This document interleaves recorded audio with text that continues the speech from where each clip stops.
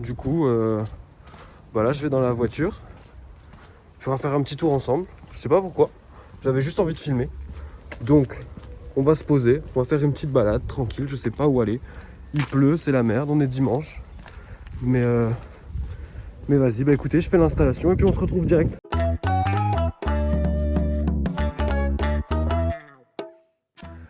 Putain, vidéo en voiture, starter pack là, ça va jamais tenir. On va essayer, mais bon. Oh là là. Oh, ça tient. Oh là là, quel beau gosse, putain. Eh, pas mal, hein. Nickel.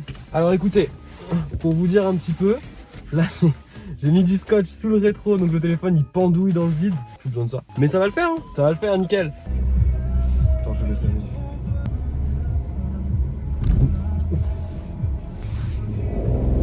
Oh, le moteur qui vrombit. Oh, comment ça bouge. Oh, comment ça bouge, sa mère. Attends. Attends, mais je suis en train de rouler là. Bon, bah j'espère que... Ah, j'ai peur à chaque fois, putain. Ça tremble, elle tremble ma petite voiture. Oh, j'y vais. Putain, mais on me voit plus. Oh, il y a quelqu'un derrière. On va partir en... Attendez, je vais me mettre déjà... je vais me mettre déjà en double fil là. On va juste corriger ce petit problème.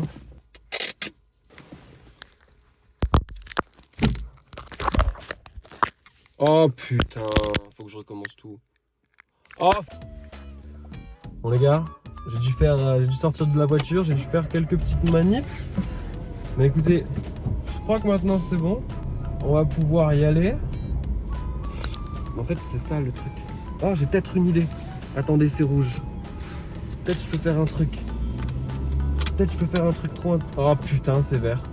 Si j'arrive à faire ça, je suis le boss. Ah, c'est peut-être pas mal là. Oh, l'installation de scotch. Bon, du coup, j'avais envie tout simplement de prendre la caméra, de prendre mon téléphone. J'ai pas de caméra, j'ai un téléphone. Faire un petit tour et de discuter. Ça fait longtemps que j'ai pas fait de vidéo. En vrai, ça me manque de ouf. J'attends que ça, mais j'avoue que là, j'ai commencé un nouveau taf mi-janvier. Et du coup, j'avais plus trop le temps. Mais ça m'a manqué. Et puis bon, j'ai une communauté. Je suis un peu connu ici à Strasbourg. Donc j'ai souvent le droit au fameux « Mais quand est-ce que tu sors une nouvelle vidéo? Putain, on attend. » Ma mère arrête pas de m'en parler, etc. Non.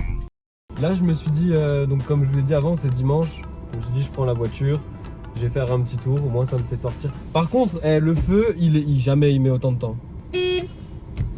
Du coup, oui les gars, ce que je voulais vous dire, c'est que effectivement, donc j'ai commencé un nouveau taf mi-janvier qui me prend beaucoup de temps en ce moment. Jusqu'à fin mars, là, je vais avoir aussi pas mal de taf encore à ce niveau-là. Donc j'avais un petit peu moins de temps pour faire les vidéos. Je sais pas quoi dire, il n'y a pas de concept, je me filme. Alors j'ai regardé hier sur l'application YouTube Studio, parce que nous excusez-moi, mais nous les créateurs de contenu, nous avons une application pour nous. Ouais, et du coup 87 abonnés. 87, on a bientôt atteint les 100 abonnés les gars. Putain, le mec buzz pendant le deuxième confinement et il surfe pas sur la vague. C'est fou, il y a du fric à se faire là, putain, j'ai même pas senti le filon. C'est fou. Oula. 87 abonnés, bientôt 100, c'est cool en vrai. Bientôt les 3 chiffres. Donc pour information, ouais, je voulais vous dire ça. J'avais des potes qui m'avaient demandé, du coup je m'étais dit, vas-y, je le dis en vidéo. Vous savez, pour la monétisation sur YouTube, c'est souvent des questions qu'on se pose, je sais pas si vous saviez ou pas.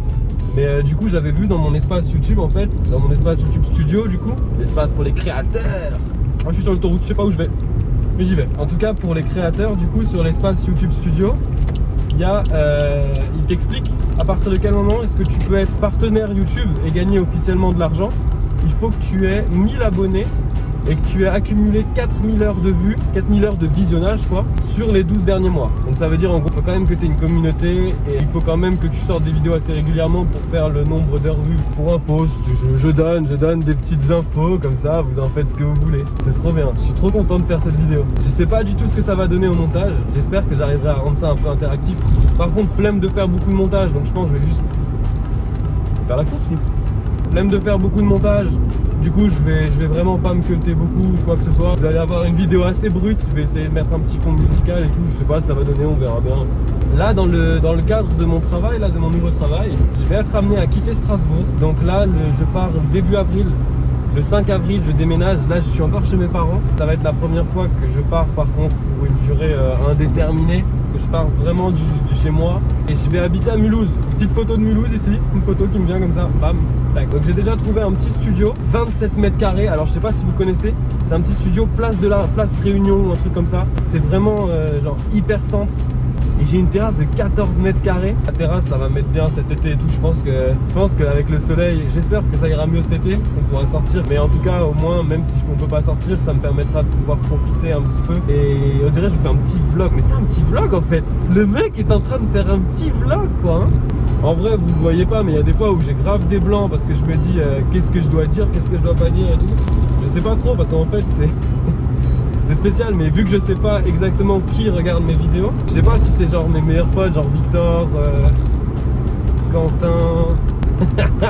J'ai commencé des prénoms, j'en ai dit que 2. Et bah tant pis, il y en aura que 2, il n'y en aura pas plus. Mes autres amis, tant pis. Je vais me faire incendier par message, basta cosy. Sinon, je vais créer des jalousies, les gens qui vont vouloir surfer sur mon buzz. Non, c'est bon, stop, j'ai assez donné avec tout ça. Mais du coup, ouais, je sais pas ce que je peux dire, pas trop dire et tout. Non pas que je me censure, mais en fait, c'est ça en fait. Ça fait bizarre parce que je sais pas à qui je m'adresse. Je m'adresse à tout le monde. J'ai pas mal d'idées de vidéos là mais c'est en fait, le truc, c'est que c'est à chaque fois des idées qui doivent être travaillées de ouf. J'ai une petite vidéo historique. Alors, vous savez quoi? On va tester un truc. J'aimerais tester les sondages YouTube. Je sais pas trop comment ça marche. Il faudra que je vois ensuite directement quand je vais uploader, quand je vais mettre la vidéo en ligne. Je vais essayer de mettre des sondages directement dans la vidéo. Donc, on va voir maintenant. Vous me dites si ça vous intéresserait ou pas. Ok? J'aimerais faire une vidéo historique. Alors, aucun rapport avec le livre de 1919. Mais une vidéo historique sur la ligne Maginot. Que j'en ai parlé à ma copine, j'en ai parlé à des potes et tout. Ils connaissaient pas vraiment bien ça. Alors que c'est quand même une étape super importante de la Seconde Guerre mondiale et de l'entre-guerre. Alors attendez, je vous le fais très rapidement, promis, ne partez pas, ça dure 15 secondes. La ligne Maginot, en fait, c'est une sorte de frontière colossale de fortification qui avait été installée par André Maginot. Alors je crois que c'était André son prénom, qui était l'ex-ministre de la guerre après la Première Guerre mondiale. Et en fait, le but de cette ligne de fortification énorme avec que des bunkers, des canons, c'était de défendre la France contre une potentielle autre guerre. Et ça a coûté une fortune au pays et elle n'a jamais servi parce que, bah, vous voyez, les Allemands, ils sont quand même... le frérot Hitler, il s'est pas jeté. C'est un sujet hyper intéressant. J'aimerais bien faire une petite vidéo dessus, un peu travailler, 10-15 minutes. Donc dites-moi si ça vous plairait ou quoi. Ouais, je vais sortir à Vendenheim. Donc voilà, là je mets maintenant le sondage. Est-ce que ça vous plairait que je fasse une vidéo dans ce style-là? Alors je sais pas quand, je vous avoue que je donne plus de deadline maintenant parce que bon, je les explose à chaque fois. Mais voilà. Ah, j'ai un autre sondage aussi pour vous, les TN. Je vous mets une photo aussi des TN. J'ai envie de savoir pour vous, est-ce que c'est stylé ou pas? Parce qu'en ce moment, je vous avoue que là, j'ai commencé à avoir mes premières payes.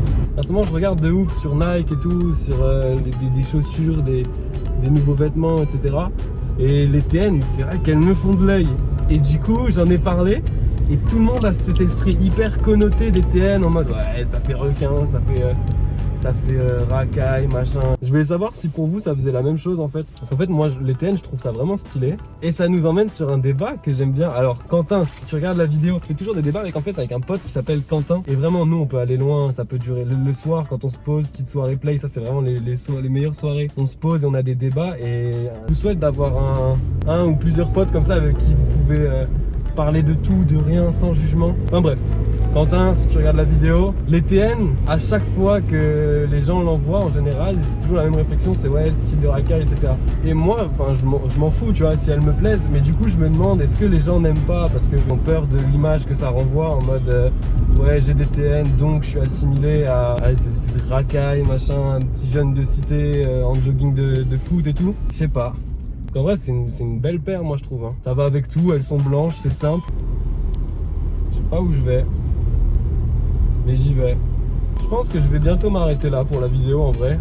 Là c'était vraiment, ça me fait juste plaisir en fait de sortir mon téléphone, remettre le pied à l'étrier. Et vous savez quoi, je m'arrêterai sur, oh là là, oh le Seigneur. Je vais m'arrêter sur une anecdote. Alors mes potes vont m'insulter parce que je la dis toujours en soirée, vous savez la petite anecdote, machin, on se met bien, les gens ils nous écoutent, oh mais qu'est-ce qu'il est cultivé et tout. Écoutez bien, c'est pour vous, c'est cadeau. L'expression merde, quand on dit merde à quelqu'un, Par exemple, ouais, merde pour tes examens. Bah, je vais vous expliquer d'où ça vient. À l'époque, Paris des boulevards haussmanniens, donc on est à peu près à la moitié du 19e siècle, même voire presque la fin, les Parisiens se déplaçaient beaucoup en hippotaxi.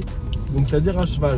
Et vu qu'ils se déplaçaient en hippotaxi, vous savez, il y avait une grosse vie culturelle. Alors aujourd'hui, il y en a moins forcément, mais Paris, c'est une grande ville culturelle, les théâtres, etc., les opéras. Et donc, quand les gens se déplaçaient à cheval, et bah, devant un lieu, je prends un exemple, devant un théâtre, forcément, tous les chevaux qui s'arrêtaient à ce niveau-là, devant le théâtre, déféquaient. Et donc apposaient leur merde sur le sol. Et en fait, quand on disait merde à un artiste à l'époque, on lui souhaitait qu'il ait beaucoup de succès. En tout cas, qu'il ait du public. Parce que quand on lui disait je te souhaite d'avoir plein de merde devant ton théâtre, ça voulait dire je te souhaite que ta pièce fasse un carton et qu'il y ait du monde. Donc voilà pourquoi merde aujourd'hui c'est gage de bonne chance, bon courage, vas-y, déchire tout, etc. C'était la petite info. Moi je suis dans Vendenheim, je suis coincé là dans des rues avec des pavés. Est-ce que je vais pouvoir sortir? Et la réponse au prochain épisode. Allez, salut les mecs!